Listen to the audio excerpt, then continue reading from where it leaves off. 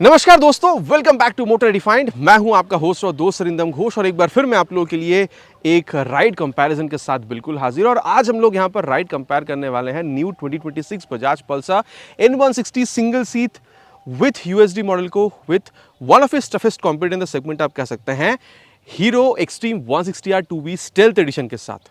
अब देखिए दोनों ही 160 सीसी में है। प्राइस में यहाँ पर आप लोगों को डिफरेंस दिख रहा है। एक्सट्रीम में आपको यहाँ पर कम पे करना होता है। अब एक्सेलरेशन दोनों में काफ़ी अच्छा आप लोगों को मिल जाता है। ब्रेकिंग भी दोनों में काफ़ी सही है।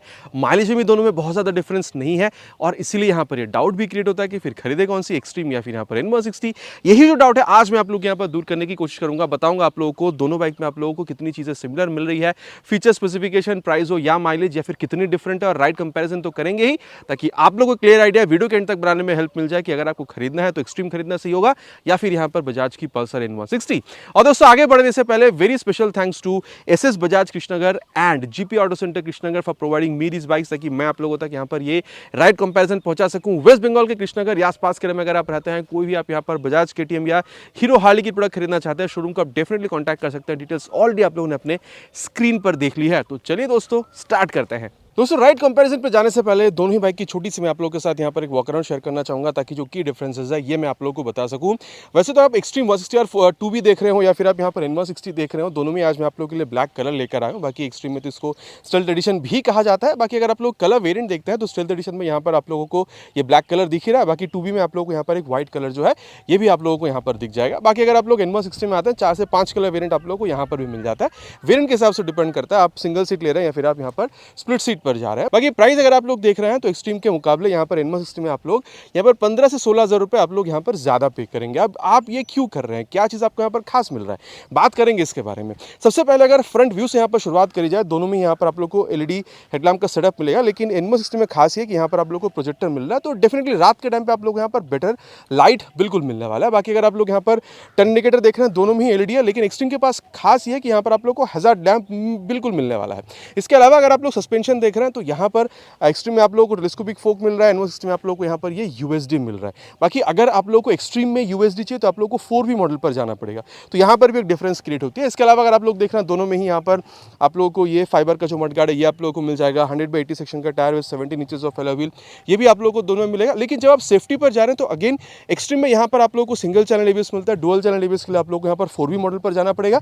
लेकिन N160 में अगर आप लोग देख रहे हैं तो यहाँ पर आप लोगों को ये सिंगल सीट मॉडल पर भी आप लोगों को डुअल चैनल एबीएस का जो आप कह सकते हैं सेफ्टी सिस्टम है ये आप लोगों को बिल्कुल मिल जाता है। इसके अलावा अगर आप लोग यहाँ पर ब्रेकिंग देख रहे हैं तो यहाँ पर भी फर्क आपको मिलेगा। एक्सट्रीम में आप लोग को यहाँ पर 276 mm का ये जो पेटल डिजाइन वाला डिस्क है नॉर्मल कैलिपर के साथ मिल रहा है। लेकिन जैसे आप लोग यहाँ पर N160 पर आ रहे हैं तो पहली बात तो ये कि बड़ा है, 300 mm तक का है, और साथ में आप लोगों को यहाँ पर ये ग्रिम के कैलिपर के साथ मिल रहा है। ठीक है, बाकी देखिए टायर के अलावा ब्रेक और सस्पेंशन में यहाँ पर आप लोगों को फर्क दिख रहा है और चलाते वक्त कितनी ज़्यादा डिफरेंस क्रिएट करती है इसके बारे में आगे चलते हुए बात करेंगे। और इंजन के बारे में जहाँ तक बात है मैं यहाँ पर आप लोगों को एक्सट्रीम से ही शुरुआत में बताता हूँ। बाकी आप देख सकते हैं यहाँ पर किकस्टार्ट कंपनी ने प्रोवाइड करी हुई है जो आप लोगों को वहाँ पर N160 में देखने में नहीं मिलेगा।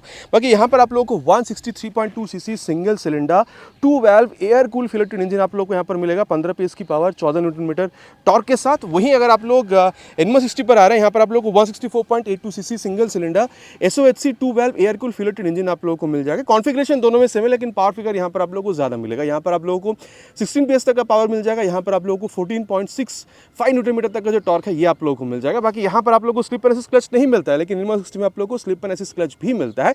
इसको हम लोग आगे टेस्ट भी बिल्कुल करने वाले हैं। और क्योंकि बात यहाँ पर इंजन की हो रही है तो चलिए दोनों ही बाइक की जो एग्जॉस्ट साउंड है ये मैं आप लोगों को सुना देता हूँ। और यहाँ पर स्टार्ट पहले करेंगे N160 के साथ, जहाँ पर आप लोगों को ये अंडर बिली एग्जॉस्ट मिलता है।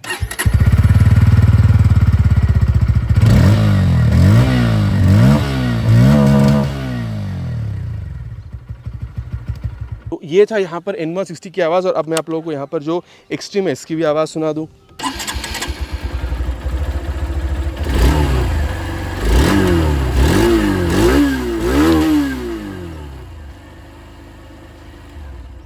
बाकी आपको कौन सी बाइक की आवाज़ ज़्यादा पसंद आई है, नीचे आप लोग कमेंट पर लिखकर बिल्कुल बताइएगा।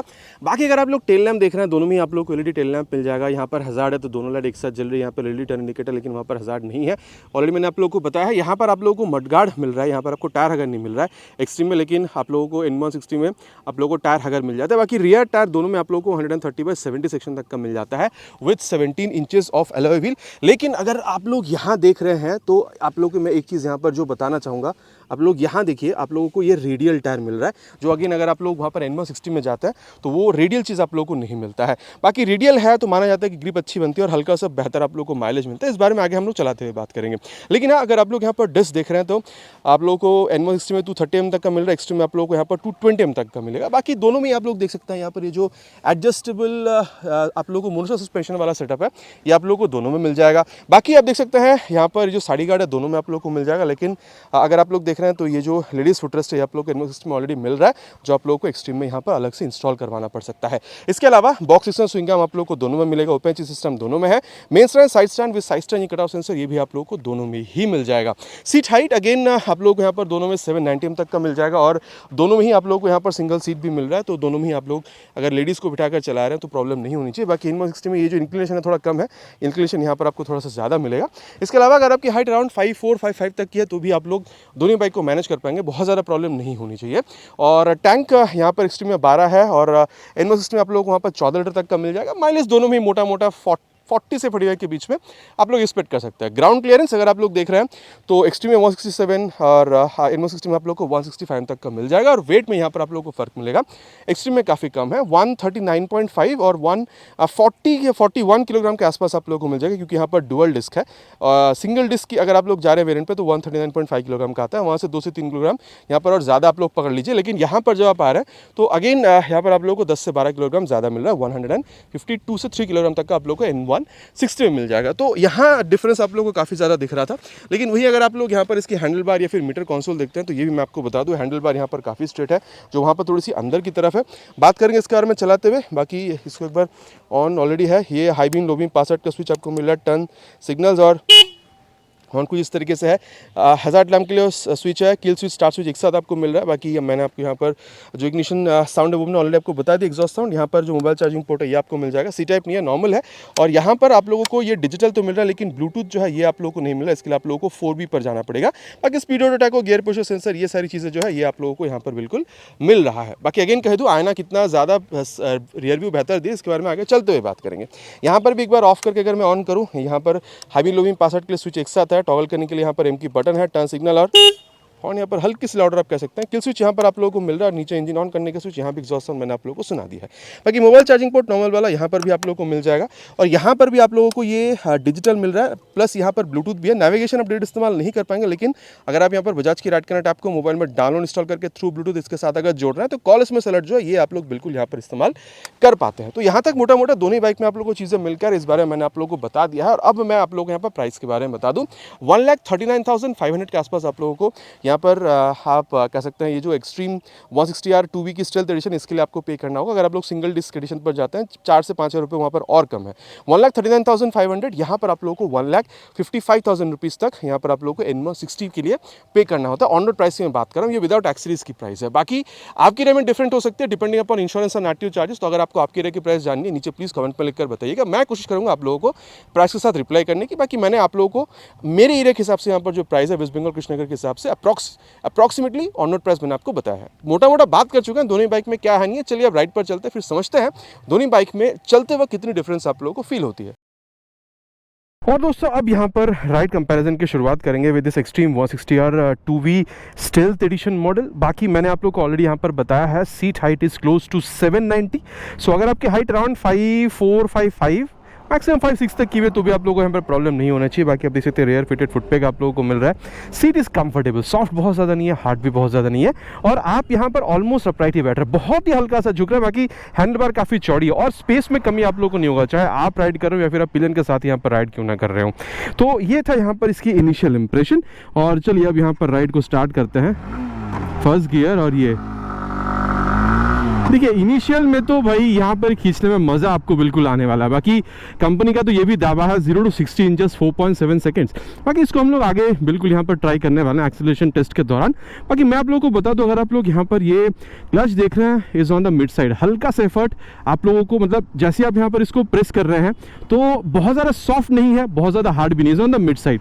बाकी अगर आप लोग यहाँ पर गियर देख रहे हैं तो हल्का सा एफर्ट आप लोगों को देना हो रहा है, चाहे आप अपशिफ्ट कर रहे हो या फिर आप यहाँ पर डाउन शिफ्ट ही क्यों ना कर रहे हो। और बात क्योंकि यहाँ पर ये क्लच गियर वगैरह की हो रही है, बाकी बता दो आप लोगों को स्लिपर क्लच यहाँ पर नहीं है जो N160 में आप लोगों को मिल जाता है। तो चलिए पहले एक्सेलरेशन टेस्ट इसकी कंप्लीट करते हैं, फिर यहाँ पर इसकी जो परफॉर्मेंस है इसके बारे में आगे बात करते हैं।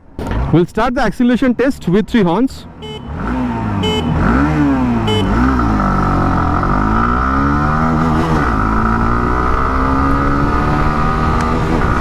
Perfect shifting, crossing 80, again perfect shifting, approaching 100 now, and 100 crossed। देखिए दोस्तों, अगर मैं आप लोगों को स्टेबिलिटी के बारे में बताऊं, ज़बरदस्त स्टेबिलिटी है, कोई इसमें आपको दोहरान नहीं होनी चाहिए, ज़बरदस्त स्टेबिलिटी है। अगर आप मुझे यहाँ पर वाइब्रेशन पूछ रहे हैं तो 85 के बाद आप लोगों को यहाँ पर समझ में आता है, बट वो भी उतनी नहीं है कि आप इस बाइक को नहीं खरीदेंगे। मतलब वो एनोइंग वाला जो सिचुएशन आता है कि बहुत ज़्यादा वाइब्रेशन हो रहा है, सुन हो जा रहा है आपका, मतलब जो बैक वगैरह है वैसा वाला नहीं है, हल्का सा वो एक आप इंजन के आप इसे कैरेक्टर कह सकते हैं। और वहीं अगर मैं आप लोगों को बताऊँ यहाँ पर कंफर्टेबल क्रूजिंग स्पीड के बारे में, अगर आप हाईवेज पर इस तरीके से क्रूज कर रहे हैं तो मैं वही कहूँगा अराउंड 80 से 90 के बीच में।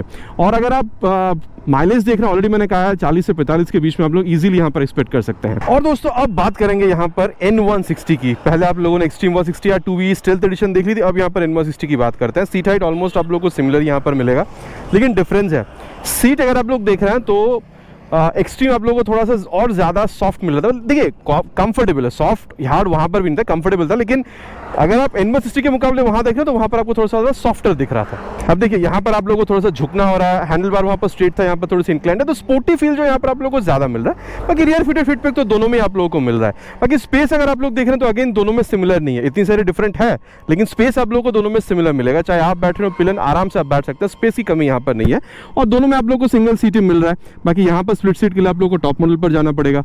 चलिए अब स्टार्ट करते हैं। फर्स्ट गियर और ये सेकेंड गियर, ओहो थर्ड गियर। अब देखिए मैं इतना कह सकता हूँ कि इनिशियल में बहुत ज़्यादा डिफरेंस तो आप लोगों को समझ में आनी है, लेकिन हाँ इसके बारे में बात तब करेंगे जब हम लोग इसके एक्सेलरेशन टेस्ट कंप्लीट करेंगे, ठीक है। बाकी यहाँ पर आप लोगों को स्लिपर असिस्ट क्लच मिलता है, तो वो एक बार मैं आप लोगों को टेस्ट करके बता दूँ।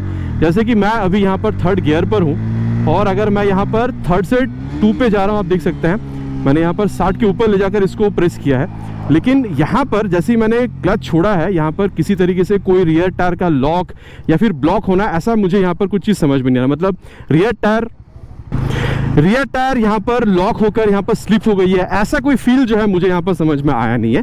तो आप कह सकते हैं कि यहाँ पर काफ़ी अच्छा खासा ये जो स्लिपर असिस्ट क्लच है काम कर रही है। मतलब आप इस तरीके से हाईवेज पर हैं, आप हाई स्पीड पर हैं और सामने आपके झट से कुछ आ गई, आप मतलब जो गियर है इसको रैपिड डाउन करके अगर आप अपनी ओवरऑल स्पीड को स्लो डाउन कर रहे हैं तो भी रियर टायर लॉक होकर स्लिप नहीं हो रही है। तो डेफिनेटली यहाँ पर ये एक अच्छा खासा आप लोग कह सकते हैं कि सेफ्टी, हाई स्पीड पर आपकी यहाँ पर एक सेफ्टी जो है यहाँ पर जुड़ती है, जो आप लोगों को एक्सट्रीम में वहाँ पर देखने में मिल नहीं रहा था। अब क्योंकि यहाँ पर ये स्लिपर असिस्ट क्लच है, तो यहाँ पर ये जो क्लच है ये भी आप लोगों को काफी सॉफ्ट मिलेगा एक्सट्रीम के मुकाबले वहाँ पर, ठीक है। तो यहाँ पर आप लोगों को काफी सॉफ्ट मिल रहा है। इसके अलावा अगर आप लोग यहाँ पर ये गियर शिफ्टिंग वगैरह देख रहे हैं ना, तो भी यहाँ पर ये आप लोगों को काफी यहाँ पर सॉफ्ट ही मिल रहा है। मतलब देखिए एक्सट्रीम में आप लोगों को हल्का सा एफर्ट ज़्यादा लगाना हो रहा था, यहाँ पर अगर आप गियर अप या फिर डाउन कर रहे हैं, यहाँ पर आप लोगों को एफर्ट जो है एक्सट्रीम के मुकाबले थोड़ा सा कम ही लगाना हो रहा है। बाकी अब अगर बात यहाँ पर ये क्लच एंड गियर इन सारी चीज़ों के बारे में कर ही रहे हैं, स्लीपर असिस्ट क्लच, तो चलिए अब यहाँ पर इसकी भी जो एक्सेलरेशन टेस्ट है इसको कंप्लीट करते हैं, फिर यहाँ पर इसकी जो परफॉर्मेंस है इसके बारे में आगे बात करेंगे।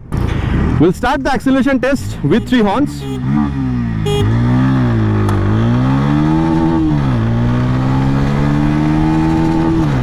$60 crossed, $80 crossed,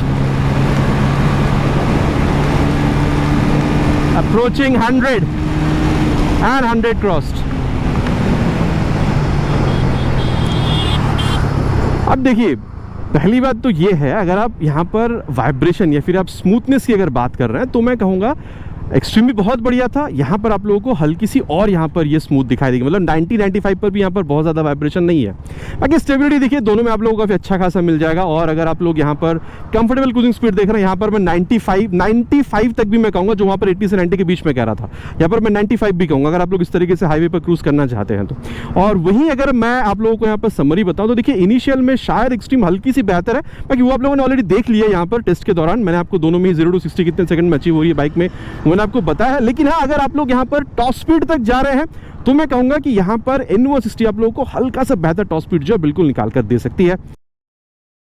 बाकी दोस्तों आप जिस बारे में बात करेंगे वो है इस बाइक की ब्रेकिंग। मोटा मोटा पीछे वैसे कोई है नहीं, यहाँ पर 60 के आसपास ले जाएंगे और फ्रंट ब्रेक को टेस्ट करेंगे। ये 65 पे फ्रंट ब्रेक,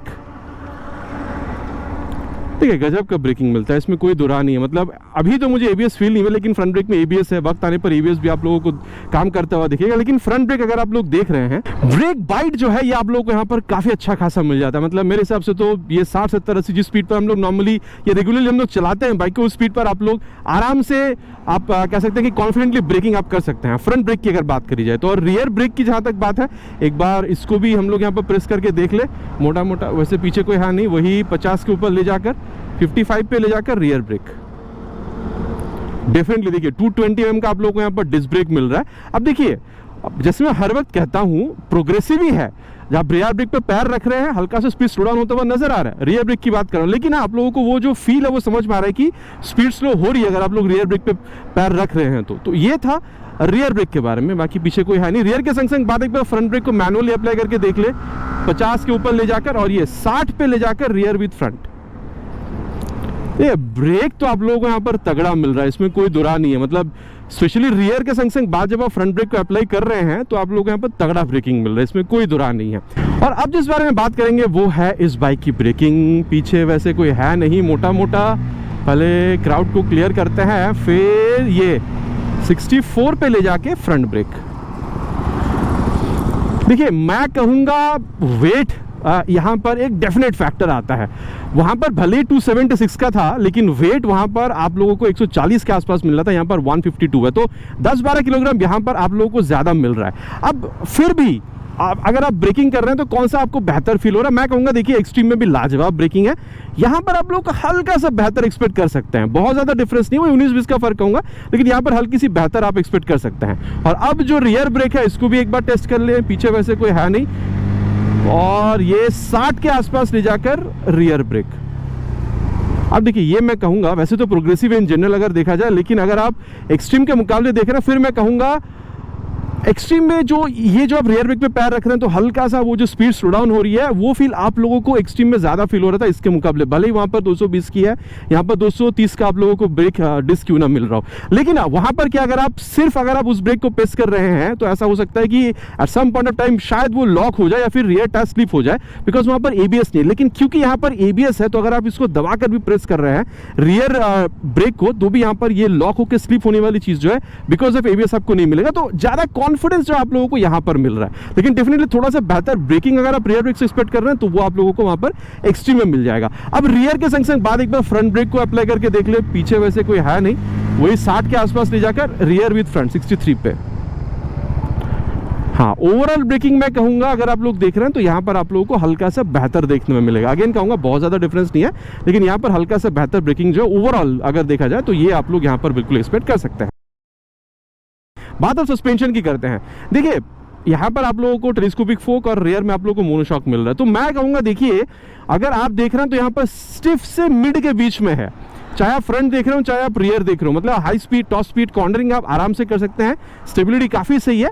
लेकिन जब आप गड्ढों पर जाएंगे, थोड़ा मोड़ा गड्ढा ठीक है, लेकिन जब आप ज़्यादा गड्ढों पर जाएंगे तब आप लोगों को झटका फील होगा।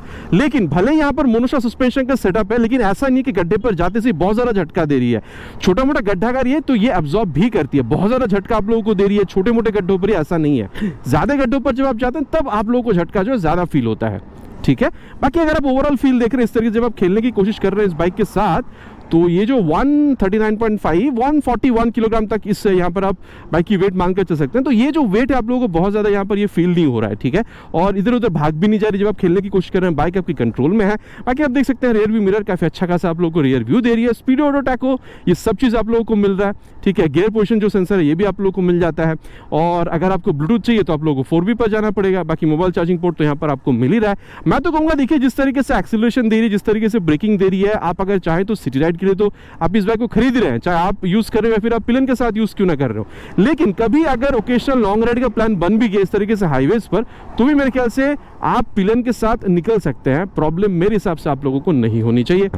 बात सस्पेंशन की करते हैं। देखिए मैं कहूँगा फ्रंट और रियर में, अगर आप रियर देख रहे हैं दोनों में आप लोगों को बिल्कुल ही सेम मिल रहा है जो कि है मोनोशॉक का, लेकिन फ्रंट में आप लोगों को यहाँ पर यूएसडी मिल रहा है। तो जब आप इस तरीके से खेलने की कोशिश कर रहे हैं ना, तो यूएसडी सस्पेंशन होने की वजह से वो जो स्टिफनेस हल्का सा वो आप लोगों को यहाँ पर बिल्कुल समझ में आता है। और देखिए अगर अब मैं कहूँ यहाँ पर स्टिफनेस की ही बारे में, तो मैं कहूँगा चाहे आप फ्रंट देख रहे हो या फिर रियर सस्पेंशन देख रहे हो, यहाँ पर आप लोगों को थोड़ा सा ज़्यादा स्टिफ मिलेगा when compare to Xtreme 160R 2V stealth edition. तो मैं कहूँगा देखिए हाई स्पीड टॉप स्पीड दोनों में सिमिलर मिलेगा। स्ट्रेट लाइन स्टेबिलिटी भी देख रहे हैं तो भी दोनों में काफ़ी सही है। लेकिन अगर आप लोग कॉर्नरिंग देख रहे हैं तो यहाँ पर सेटअप क्योंकि यूएसडी वाली आ गई है, थोड़ा सा और ज़्यादा स्टिफ भी आप लोगों को मिल रहा है, तो कॉर्नरिंग एक्सपीरियंस जो है आप लोगों को यहाँ पर थोड़ी सी बेहतर मिल सकती है। बाकी अगेन अगर आप लोग यहाँ पर गड्ढों पर जाते हैं या फिर अगर आप लोग बम पर जाते हैं तो ज़्यादा वो जो झटका है यहाँ पर आप लोगों को ज़्यादा फील होने वाला है। बाकी एक्सट्रीम में भी फील होता है लेकिन वहाँ पर थोड़ी सी अब्जॉर्ब भी करती है, स्पेशली रियर सस्पेंशन अगर बात करी जाए, यहाँ पर आप लोगों को झटका जो है ज्यादा मिलेगा अगर आप लोग उबड़ खबड़ या फिर पॉटहोल्स पर से गुजरते हैं तो। बाकी देखिए ओवरऑल अगर फील के बारे में बात करी जाए, इस तरीके से जब आप खेलने की कोशिश कर रहे हैं तो बाइक आपकी बात मान रही है, यहाँ पर तो ज्यादा कंट्रोल में भी है। बाकी आप देख रहे हैं तो यहाँ पर आप लोग को रियर व्यू मिरर जो ये भी आप लोगों को मिल जाता है, जो अगेन कहूंगा दोनों में रियर व्यू मिरर काफी अच्छा खासा रियर व्यू आपको दे देती है। लेकिन हाँ अगर आप लोग देख रहे हैं speedo auto tacho gear position sensor के साथ साथ यहाँ पर ब्लूटूथ भी मिलता है, भले नेविगेशन नहीं है लेकिन कॉल एसएमएस अलर्ट तो आप लोग को यहाँ पर मिल ही जाता है। तो ये एक प्लस पॉइंट एडवांटेज है कि मोबाइल चार्जिंग पोर्ट दोनों में था। अब देखिए यहाँ पर डिफरेंस आपको कहाँ मिलेगा, सीटिंग पोजीशन में डिफरेंस है क्योंकि आप हल्का सा झुक रहे हैं, बात आप हैंडल बार जो वो भी थोड़ी सी आप लोग यहाँ पर अंदर की तरफ मिल रही है। तो मिला जुला के अगर आप देख रहे हैं तो ये सीटिंग पोजीशन में आप लोग यहाँ पर डिफरेंस मिलेगा। बाकी सीट वहाँ पर थोड़ी ज़्यादा सॉफ्ट थी, यहाँ पर आप लोगों को उसके मुकाबले थोड़ी ज़्यादा हार्डर मिल रही है। मतलब देखिए इन जनरल अगर देखा जाए तो कंफर्टेबल दोनों है, लेकिन सॉफ्टवेयर थोड़ी सी ज़्यादा आप लोग को एक्सट्रीम में मिल रहा था, तो ये भी एक डिफरेंस क्रिएट करती है। बाकी यहाँ पर ये जो सस्पेंशन सेटअप या फिर ओवरऑल ये जो आप झुक के बैटरी इस वजह से अगर आप देख रहे हैं तो कॉर्नरिंग एक्सपीरियंस ये भी आप लोग को यहाँ पर थोड़ा सा डिफरेंट मिलेगा। तो इन सारी चीज़ों में यहाँ पर आप लोगों को ये चीज़ डिफरेंट मिल रही है। तो मैं कहूँगा देखिए अगर आप लोग सिटी राइड कर रहे हैं फिर तो दोनों बाइक के साथ आप आराम से कर सकते हैं, लेकिन अगर आप लोग हाईवे राइड के लिए देख रहे हैं, ठीक है, तो मैं कहूँगा कि वहाँ पर क्योंकि आप ऑलमोस्ट अपराइट बैठ रहे थे तो वहाँ पर थोड़ी और ज़्यादा आप लंबाई स्ट्रेच जो है मतलब आप जा सकते हैं, आप कह सकते हैं एक्सट्रीम के साथ, क्योंकि वहाँ पर आप थोड़ी सी अपराइट बैठ रहे थे। यहाँ पर आप देखिए अगर आपकी आदत बन चुकी है तो इसके साथ भी आप जा सकते हैं, लेकिन अगर आप इन जनरल देख रहे हैं पहली बार अगर आप चला रहे हैं, बहुत ज़्यादा अगर आपको आदत नहीं है तो एक्सट्रीम थोड़ी सी ज़्यादा कंफर्टेबल आपको फील करा सकती है लॉन्ग राइड के दौरान अगर आप लोग देख रहे हैं तो। बाकी अगेन कहूँगा सिटी राइड में तो दोनों ही बाइक आपको काफ़ी अच्छा खासा महसूस होने वाला है। बाकी देखिए दोनों ही बाइक के बारे में बात हो चुका है कि क्या है नहीं है। चलिए अब चलते हैं यहाँ पर इसी कंक्लूजन में और फिर कंक्लूजन पर जाकर बात करते हैं कि फिर आप लोगों के लिए क्राइटेरिया वाइज खरीदना सही क्या है, एक्सट्रीम या फिर यहाँ पर N160। और दोस्तों अब सत्यवचन की घड़ी कंक्लूजन का समय है कि फिर कौन सा बाइक खरीदना आप लोगों के लिए सही होगा। देखिए प्राइस ये जो बजट है यहाँ पर एक डेफिनेट फैक्टर, 1,40,000 के आसपास इसकी और 1,55,60 हज़ार के आसपास ये आती है। बाकी ये 1,55,000 है, टॉप मॉडल अगर आप जाएंगे तो 1,60,000 के थोड़ी सी ज़्यादा ही आपको पे करना होगा। देखिए मैं कहूँगा अगर आप लोग यहाँ पर Hero as a brand own करना चाहते हैं, आप चाहते हैं 160 सीसी में ऐसी एक बाइक जहाँ पर आप लोगों को अच्छा माइलेज मिल जाए 40 से 45 के आसपास, आप लोगों को अच्छा एक्सेलरेशन मिल जाए, ब्रेकिंग भी आप लोगों को यहाँ पर तगड़ी चाहिए और आप लोगों को यहाँ पर ब्लूटूथ से बहुत ज़्यादा मतलब फीचर वगैरह से बहुत ज़्यादा मतलब नहीं है, लेकिन अगेन आप लोगों को लाइट अच्छी खासी चाहिए। मेरे ख्याल से अच्छी हैंडलिंग के साथ 160 सीसी में अगर आप ऐसी बाइक भी चाह रहे हैं जहाँ पर आप पिलन के साथ भी बैठकर सिटी राइड तो आप करेंगे ही, लेकिन थोड़ा बहुत कभी अगर आप लॉन्ग राइड पर भी निकल जाना चाहे तो भी आप निकल पाएँ, इन सारी चीज़ों के लिए आप लोगों के लिए यहाँ पर एक्सट्रीम 160 2V स्टेल्थ एडिशन बहुत सही है। स्पेशली अगर आप इनिशियल एक्सेलरेशन देखते हैं दोनों में आप लोगों को बहुत ज़्यादा फर्क समझ में नहीं आता है। और अगर आप अपना बजट यहाँ पर 15-20 हज़ार रुपये बढ़ा सकते हैं और आप चाहते हैं कि आपको हैंडलिंग और अच्छी मिले, यूएसडी आप लोगों को मिला मतलब थोड़ी सी स्टिफ सस्पेंशन हैंडलिंग आप लोगों को यहाँ पर मिलेगा, और आप चाहते हैं कि ये जो ब्लूटूथ वाली चीज़ है ये आपको मिले, फीचर वाइज चीज़ आपको ज़्यादा चाहिए, जैसे आप लोगों को यहाँ पर ब्लूटूथ मिल जाता है, जैसे आप लोगों को यहाँ पर ये प्रोजेक्टर लाइट मिल जाता है, ठीक है। बाकी देखिए सेफ्टी भी यहाँ पर आप लोगों को ज़्यादा मिल रहा है। अब मैं अगेन आप लोगों को कहूँ कि ABS इसमें भी है, अच्छी खासी ब्रेकिंग यहाँ पर भी आप लोगों को मिल जाएगा, लेकिन ये सिंगल चैनल है। अगर आप लोगों को और ज़्यादा कॉन्फिडेंट ब्रेकिंग चाहिए, क्योंकि यहाँ पर डुअल चैनल ABS मिल रहा है, तो ये बाइक आप इन सारी चीज़ों के लिए, मतलब फीचर वाइज अगर आपको चीज़ें ज़्यादा चाहिए, मेरे ख्याल से आप लोगों को यहाँ पर N160 पर आना चाहिए, ठीक है। अब देखिए दोनों ही बाइक में क्या चीज़ है और कितनी और अच्छी ये हो सकती थी, इसके बारे में मैंने आप लोगों को बता दिया है। बाकी अब आप लोग आफ्टर दिस रिव्यू क्या समझ रहे हैं, आप एक्सट्रीम खरीदना ज़्यादा पसंद करेंगे या फिर यहाँ पर बजाज की पल्सर N160, नीचे प्लीज़ कमेंट पर लिखकर बताना नहीं भूलेगा। It's my request. आशा करता हूँ वीडियो आप लोगों को पसंद आई। अगर पसंद आई है तो प्लीज़ वीडियो में एक लाइक कर दीजिएगा। चैनल पर पहली बार आ रहे हैं तो सब्सक्राइब करके बेल बटन कॉल पे हिट करना नहीं भूलेगा। आप लोग सब्सक्राइब नहीं करते, प्लीज़ सब्सक्राइब करिएगा, इससे मोटिवेशन बढ़ता है। बहुत जल्द मिलेंगे चैनल पर आप लोगों से इसी तरीके से एक नया वीडियो में बाइक या स्कूटर के साथ। Till then ride safe and Jai Hind.